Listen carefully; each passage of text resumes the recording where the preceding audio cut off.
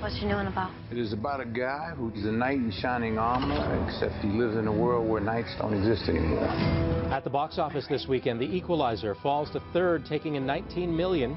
Denzel Washington's revenge thriller was no match for a pair of scary debuts. I like your dolls. Annabelle, a prequel about a possessed doll, raked in $37.2 million. Amy Elliott Dunn disappeared 3 days ago. I had nothing to do with the disappearance of my wife. I have nothing to hide. And Gone Girl scared off the competition. The film starring Ben Affleck has the top spot with $38 million. Jason Gorber is a critic with twitchfilm.com and joins us now. Hey, how's it going, Jason? It's all good. Okay, so, you know, I've seen the trailers for Gone Girl so many times, I feel like I almost know the movie. Yeah, so, I mean, 6 million people bought the book. It's this huge thing. I'm really happy I didn't read the book before I saw the film. I think the film is fantastic. It's another of these great films that David Fincher has churned out. But for me, one of the best things about it is I kind of thought I knew where it was going to go, and then it kept going. It actually went in really super interesting directions. So it's actually how the film surprised me that was one of the things in terms of plot that I really, really loved. Now, in terms of execution, this is an incredible casting choice. There's some really tremendous things, but honestly, Affleck is great in this movie. He's exactly the type of guy that should be in this film, and Fincher really brings out the best of him. Look, Affleck's doing amazing stuff. He's directing his own stuff, but even he admits, working with a master like Fincher, that he's just going to learn a heck of a lot. So he's been on the talk show circuit talking about how great it has been for him to be able to sort of get a little bit of directing ideas, but from a master like David Fincher. And some new work from independent filmmaker Kevin Smith.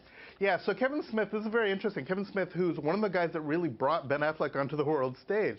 And again, just like the Kevin Smith film Chasing Amy, in Gone Girl we have Ben Affleck chasing a girl named Amy. It's a whole thing. It all connects. Anyway, with Tusk, you have a really weird film which came out of a dare. It's sort of in a podcast. They talked about, they heard this story about a guy on Craigslist that talked about having people stay over at his house as long as they wore a walrus costume. And they thought, I have an idea. Let's do a whole movie like this.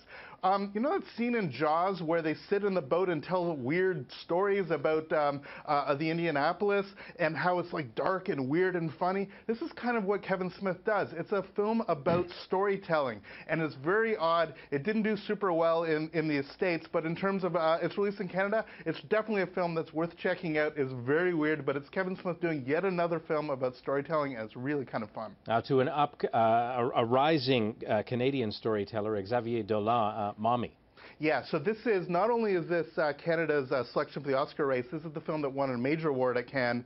It played TIFF, it's opened in Montreal last week, it's opening in Toronto this week and rolling out across the country. This is an incredible movie. This is an absolute world-class movie from a world-class talent. This is the 5th feature from this 25-year-old. 25? 25 in his 5th feature, and this one, most people who've seen all of them say this is his best. It's an incredible, astonishing talent, and if you want to support not only good international cinema, but great Canadian cinema, check out Mommy while it's in theaters. It is truly an incredible cinematic experience. Where do you see his career in, say, 5 years?